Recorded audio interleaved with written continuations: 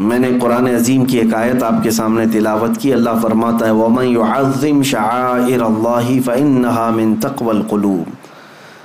جو اللہ کی نشانیوں کی تعظیم کرتے ہیں، عزت کرتے ہیں، انہیں دل کا تقوی حاصل ہوتا ہے. اللہ کی نشانیاں کیا ہیں؟ آپ نے قرآن کی آیت میں یہ سنا ہوگا ان الصفا والمروۃ من شعائر اللہ.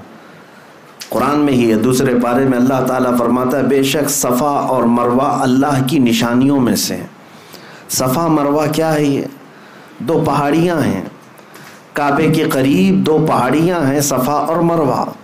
ان دو پہاڑیوں کو اللہ تعالیٰ فرماتا ہے کہ یہ اللہ کی نشانیوں میں سے ہیں. کس لیے نشانیاں ہیں؟ اور قرآن میں چوتھے پارے میں آپ پڑھیں گے اللہ تعالیٰ فرماتا ہے ان اول بیت وضع للناس للذی ببکۃ مبارکا وہدی للعالمین فیہ آیات بینات مقام ابراہیم. اللہ فرماتا ہے سب سے پہلے اس روئے زمین پر جو گھر بنا ہے وہ خانہ کعبہ ہے جو مکہ میں بنا ہے. کس لیے؟ کہ وہ پوری دنیا کے لیے ہدایت کا ذریعہ بنے اور برکت کا ذریعہ بنے. اور اللہ فرماتا ہے اس میں کھلی ہوئی نشانیاں ہیں. خانہ کعبہ کو اللہ فرماتا ہے اس میں کھلی ہوئی نشانیاں ہیں. صفا اور مروہ کو کہتا ہے رب تعالیٰ کہ یہ اللہ کی نشانیاں ہیں. کیوں میرے عزیزو؟ یہاں پر کچھ باتیں مجھے عرض کرنی ہے. سفر حج سے لوٹنے کے بعد اگر کوئی حاجی یہ عقیدہ لے کر کے آتا ہے تو میں سمجھتا ہوں اس کا حج اللہ تعالیٰ قبول کر لے گا.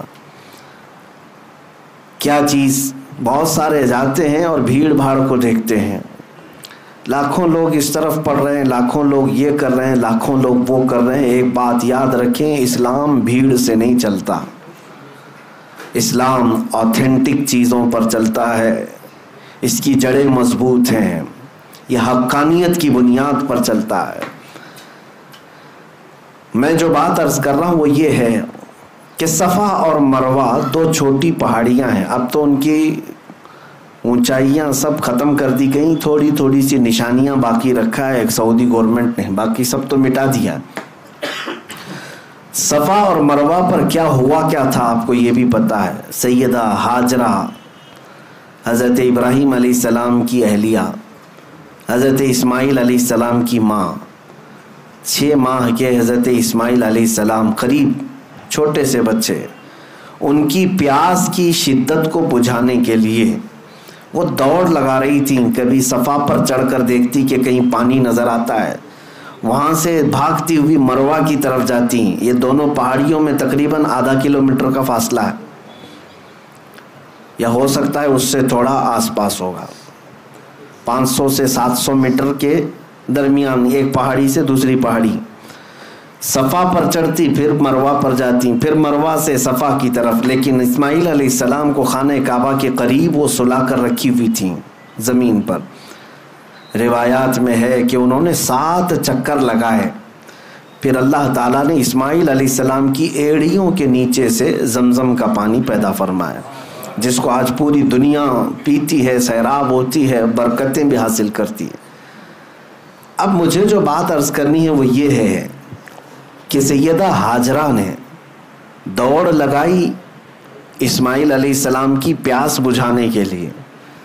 صفا سے مروہ، مروہ سے صفا، صفا سے مروہ، مروہ سے صفا، یہ ٹوٹل 7 چکر ہوئے. اس کے بعد یہ بات اس واقعے کو ہو کر کے ہزاروں سال ہو گئے، لیکن آج بھی حاجی وہاں پر دوڑ لگا رہے ہیں. ہر عمرہ پر جانے والا وہاں پر دوڑتا ہے. میرے عزیزو یہ کیا بات ہے؟ اللہ تعالیٰ نے اپنی اس محبوب بندی کی ادا کو قیامت تک آنے والے حاجیوں کے لیے واجب کر دیا. یہ اللہ کی نشانی ہے دونوں پہاڑیاں. اب تم دوڑو گے، جو بھی حج کے لیے آئے گا، عمرہ کے لیے آئے گا، دوڑے گا. اب مجھے آپ یہ بات بتائیں، کیا آپ بھی کسی کی پیاس بجھانے کے لیے دوڑتے ہیں؟ کیا آپ بھی وہاں پر کسی کو پانی پلانے کے لیے دوڑتے؟ نہیں. آپ سب کو پتا ہے ہم آج وہاں پر دوڑ کسی کی پیاس بجھانے کے لیے نہیں بلکہ اللہ کی ایک محبوب بندی کی ادا پر عمل کرنے کے لیے دوڑتے ہیں۔ اب بات ایک نکتے کی میں عرض کرتا ہوں۔ اللہ کی نشانیوں میں سے ایک نشانی ہے، کیا ہے؟ صفا اور مروہ۔ توجہ چاہتا ہوں، بہت ہی ایک اہم نکتے کی طرف آپ کی طرف توجہ لے جا رہا ہوں۔ اسماعیل علیہ السلام کون ہیں؟ اللہ کے نبی ہیں، بلکہ ابھی شیر خوار ہیں، دودھ پیتے ہوئے ہیں۔ اب یہاں سے مفسرین فرماتے ہیں سیدہ ہاجرہ وہ نبی نہیں ہے، نبی کی بیوی ہیں اور نبی کی ماں ہیں، لیکن جو دوڑ لگا رہی تھی کس کے لیے دوڑ لگا رہی تھی؟ اسماعیل علیہ السلام کے لیے۔ مفسرین فرماتے ہیں ایک نبی کی پیاس کے لیے اگر کوئی دوڑے تو اللہ اس کو نشانی بنا دیتا ہے۔ ایک نبی کی پیاس کے لیے اگر کوئی دوڑے اللہ اس کو نشانی بنا دیتا ہے۔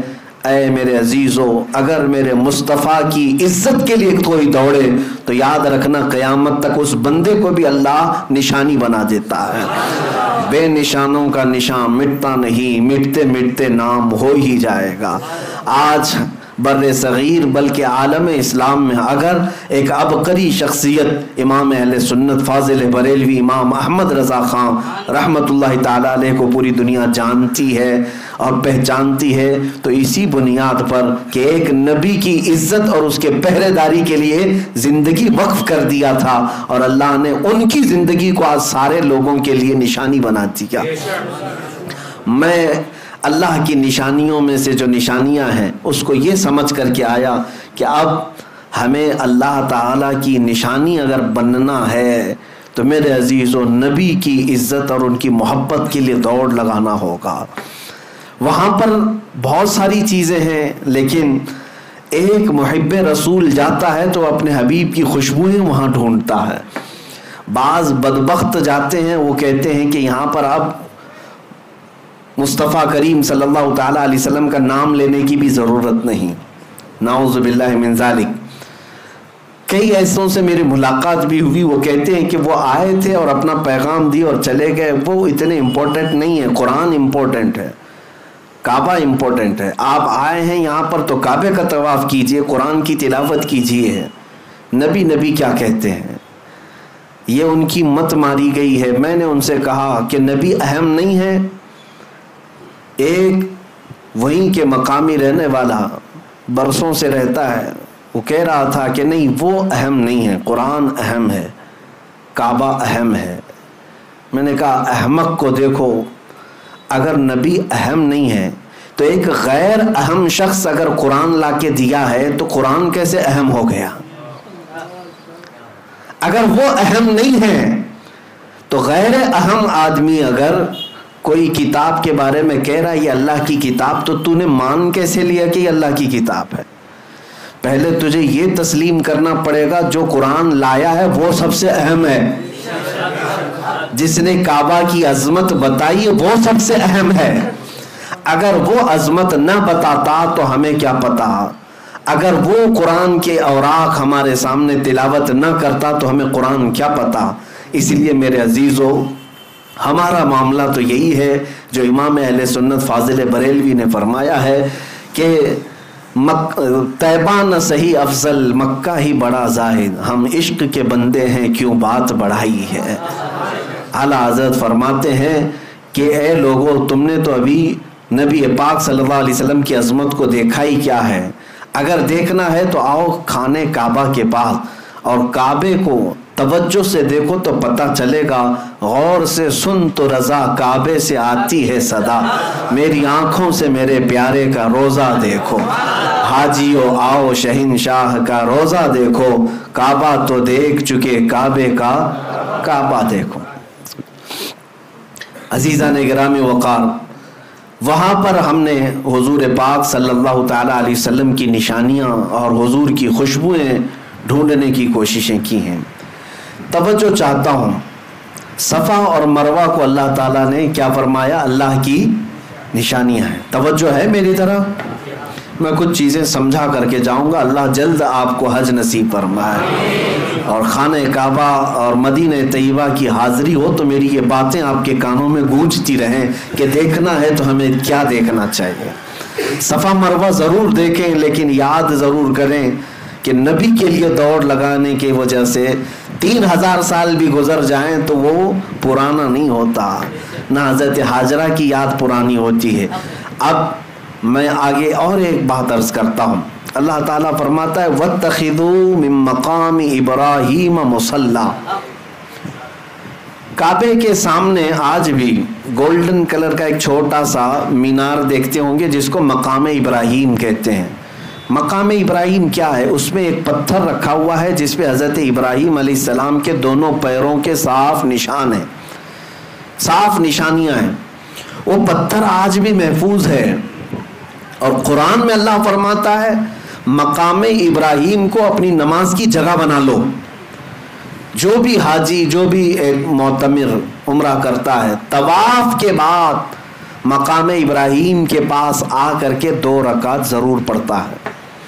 وہاں پر 2 رکعت پڑھنے کا حکم ہے. کعبہ سامنے ہے لیکن اللہ فرما رہا ہے مقام ابراہیم کے پاس, مقام ابراہیم کے پاس پڑھو 2 رکعت. قرآن کی آیت میں بتا رہا ہوں وَاتَّخِذُوا مِن مَّقَامِ إِبْرَاهِيمَ مُصَلًّى, اپنی نماز کی جگہ بناؤ مقام ابراہیم کو. اب ہم نے محسوس کیا, تحقیق کیا تو سارے لوگوں کی زبان پر ایک ہی بات جاری, اور وہاں پر بھی جا کر کے آپ پوچھیں گے کچھ لوگ اس کے ارد گرد کھڑے بھی رہتے ہیں محافظ کی حیثیت سے, کچھ پولیس والے اور کچھ لال دوپٹے والے. وہ لوگ جب بھی آپ سوال کریں گے تو یہی کہیں گے کہ یہ پتھر ہے جس پر کھڑے ہو کر کے ابراہیم علیہ السلام نے کعبے کی تعمیر کی. اور ظاہر سی بات حقیقت ہے, تاریخ بھی ہے. وہ پتھر کی ایک تاریخ یہ ہے کہ ابراہیم علیہ السلام اس پتھر پر کھڑے ہو کر کعبے کی دیواریں بلند کرتے تھے. دیوار جتنی بلند ہوتی تھی پتھر بھی اونچا ہو جاتا تھا. جب ابراہیم علیہ السلام کو اترنا ہوتا تو پتھر چھوٹا ہو جاتا تھا. وہ فلیکسیبل سیڑھی کی طرح تھا, خود اونچا ہوتا تھا اور خود نیچے ہو جاتا تھا. اب یہ پتھر ابراہیم علیہ السلام کی خانہ کعبہ کی تعمیر کرنے کی نشانیوں میں سے ایک نشانی رکھی گئی ہے, محفوظ ہے. تو میں آپ سے پوچھتا ہوں کیا وہ پتھر اتنا افضل اسی لیے ہے کہ اس پر کھڑے ہو کر ابراہیم علیہ السلام نے کعبے کی تعمیر کی؟ میرے عزیزوں مشہور تو یہی ہے, لیکن عشق والوں کی زبان سے پوچھیں تو ان کی تحقیق میں ایک اور باب کا اضافہ بھی ہوتا ہے. فرماتے ہیں مفسرین کہ اس پتھر کی ایک یادگار اور بھی ہے. صرف کعبے کی تعمیر نہیں ہوئی اس پتھر پر کھڑے ہو کر, بلکہ جب خانہ کعبہ کی تعمیر مکمل ہوئی تو اس پتھر پر کھڑے ہو کر ابراہیم علیہ السلام نے ایک دعا کی تھی, ربنا وبعث فیہم رسولا من انفسہم یتلو علیہم آیاتہ ویزکیہم ویعلمہم الکتاب والحکمہ انک انت العزیز ویعلمہم الکتاب والحکمہ ویزکیہم انک انت العزیز الحکیم. ابراہیم علیہ السلام نے اس پتھر پر کھڑے ہو کر یہ دعا کی تھی, اے ہمارے رب یہاں پر بسنے والوں میں سے ایک رسول پیدا فرما, ایک رسول پیدا فرما جو لوگوں کے دلوں کو صاف کرتا ہو اور کتاب و حکمت کی انہیں تعلیم دیتا ہو. مولا بے شک تو حکمت والا اور غالب حکمت والا ہے. ابراہیم علیہ السلام نے اس پتھر پر کھڑے ہو کر کے دعا کیا کی تھی, اے اللہ ایک رسول پیدا فرما. اب میں آپ کو بتاتا ہوں پوری تاریخ میں ابراہیم علیہ السلام سے لے کر آج تک تقریباً 4000 سال کے عرصے میں مکہ میں سوائے میرے مصطفیٰ کے کوئی اور رسول نہیں پیدا ہوا, کوئی اور رسول نہیں آئے. ابراہیم علیہ السلام نے دعا کی تھی, ابراہیم علیہ السلام اس پتھر پر کھڑے ہو کر دعا کیے تھے. آپ کی دعا کے نتیجے میں تقریباً 2000 سال کے بعد یا 1500 سال کے بعد اگر اس مکے میں کوئی جلوہ فگن ہوا تو وہ آمنہ کا لال پیدا ہوا, تاجدار کونین رحمت عالم مصطفیٰ کریم صلی اللہ علیہ وسلم اس مکہ میں تشریف لائے. اور اتنا ہی نہیں کہ میں یہ صرف اور صرف قیاس آرائیاں کر رہا ہوں، بلکہ خود میرے آقا نے فرمایا اے لوگو تم جانتے ہو میں کون ہوں، تم جانتے ہو میں کون ہوں؟ اور لوگوں سے کہا سنو، عیسیٰ علیہ السلام جس کی بشارت دیتے تھے اور ابراہیم علیہ السلام جس کے لیے دعا کرتے تھے، میں وہی رسول ہوں۔ تو اب میں آپ کے ذہن کو قریب کرتا ہوں، اس پتھر کی عظمت کا معاملہ اب اور بدل گیا۔ کہا گیا، مفسرین فرماتے یہ پتھر اس لیے بھی افضل ہو گیا کہ اس پتھر پر کھڑے ہو کر ابراہیم علیہ السلام نے ہمارے رسول کو مانگا تھا، ہمارے رسول کے پیدا ہونے کی دعا کی تھی، اور اللہ تعالیٰ نے ابراہیم علیہ السلام کی دعا قبول بھی کی، اور اللہ کریم نے ابراہیم علیہ السلام کی اولاد میں ہی میرے نبی کو پیدا فرمایا۔ میرے عزیزو، مکہ مکرمہ میں جائیں تو جگہ جگہ عبادات ہیں، ریاضات ہیں، جگہیں تو سب عبادت کی ہیں، لیکن اگر سچا عاشق ہو تو وہ اپنے نبی کی خوشبوئیں وہاں ڈھونڈتا رہتا ہے۔ خانہ کعبہ صرف 4 کونے والی ایک عمارت کا نام نہیں ہے، اس کی عظمت بتاتی ہے کہ اس کو آلائشوں سے پاک کرنے والا میرا مصطفیٰ ہے، نبی کریم صلی اللہ تعالیٰ علیہ وسلم کی ذات کریمہ ہے۔ آپ کو یہ بھی میں بتاؤں، خانہ کعبہ کے پاس طواف کرنے کی بھی جو انداز ہیں وہ بھی آج ایک الگ انداز رکھتے ہیں۔ آپ تو دور بیٹھے ہوئے گھومتے ہوئے لوگوں کو دیکھتے ہوں گے، نہیں اس کے مکمل آداب ہیں، اس کے طریقے ہیں۔ خانہ کعبہ کے 7 چکر طواف کرنے ہوتے ہیں، حجر اسود جہاں لگا ہوا ہے وہاں سے طواف شروع ہوتا ہے، اور پھر گھومتے ہوئے واپس وہیں آتے ہیں۔ اب انداز کیا ہونا چاہیے؟ طواف کا انداز کیا ہے؟ میرے عزیزو، ہے تو اللہ کی عبادت، لیکن وہاں طریقے میرے مصطفیٰ کے نظر آتے ہیں۔ فرمایا گیا حاجی کو احرام پہن دیں، احرام پہننے کے بعد جب طواف شروع کرے گا 7 چکر میں سے پہلے 3 چکر وہ رمل کرے گا۔ رمل کا مطلب کیا ہے؟ سینہ تان کر اکڑ کر چلے گا، پوری زندگی بھر اکڑ کر کے چلنا حرام ہے۔ قرآن پاک میں اللہ نے فرمایا وَلَا تَمْشِ فِي الْأَرْضِ مَرْحًا، زمین پر اکڑ کر مت چلو، اس لیے کہ نہ تم زمین کو پھاڑ سکتے ہو نہ پہاڑوں تک پہنچ سکتے ہو، اور جو اکڑ کر کے چلتا ہے، غرور اور گھمنڈ اور تکبر کرتا ہے، اس کے لیے اذیت ناک سزائیں قیامت کے دن ان کی حیثیت چونٹیوں کی طرح بنائی جائے گی جو اکڑتے تھے زمین پر، اور انہیں لوگوں کے پیروں سے روندایا جائے گا۔ لیکن ایک مقام ایسا ہے جہاں حکم دیا جا رہا ہے اکڑ کے چلو، سینہ تان کر کے چلو۔ ہم جاتے ہیں، موقع تو نہیں ملتا، بھیڑ بھاڑ ہوتی ہے، لیکن موقع ملتا ہے تو سینہ تان کر۔ اور وہ انداز کیسا ہے؟ وہ انداز پہلوانوں کا انداز ہوتا ہے، پہلوانوں کا انداز۔ باقی دوسری جگہوں پر پہلوانی دکھانے کے لیے بھی تمہیں اکڑنے کی اجازت نہیں، لیکن وہاں پر حکم ہے کہ سینہ تان کر کے چلو، رمل کرو۔ یہ اس کا پس منظر کیا ہے؟ اس کا بیک گراؤنڈ کیا ہے؟ میرے عزیزو، خانہ کعبہ کے پاس طواف تو پہلے نارمل ہی ہوتا تھا، لیکن آپ کو میں بتاؤں رسول پاک صلی اللہ تعالیٰ علیہ وسلم کے ساتھ جو اذیتیں مکہ والوں نے کی ہیں، جو تکلیفیں مشقتیں مکہ والوں نے حضور کی ذات پر ڈالی ہیں، شاید ہی تاریخ میں آپ کو ایسا نہ ملے۔ حضور جس وطن میں پیدا ہوئے اس وطن کی زمین حضور کے لیے تنگ کر دی گئی تھی۔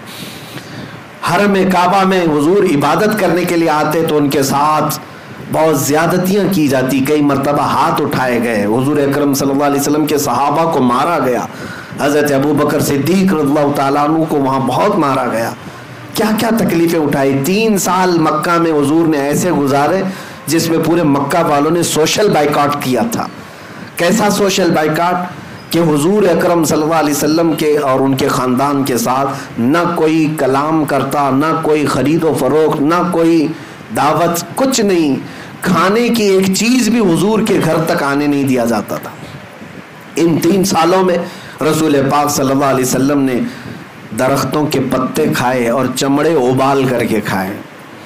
شعب ابی طالب، یہ مشہور ہے سیرت میں، نبی پاک صلی اللہ علیہ وسلم کے ساتھ ایسی ایسی ظلم و ستم کی کہانیاں ان مکہ والوں نے لکھی، لیکن ایک وقت وہ بھی آیا جب اللہ کا حکم ہوا کہ میرے محبوب آپ ہجرت کر کے مدینے چلے جائیں۔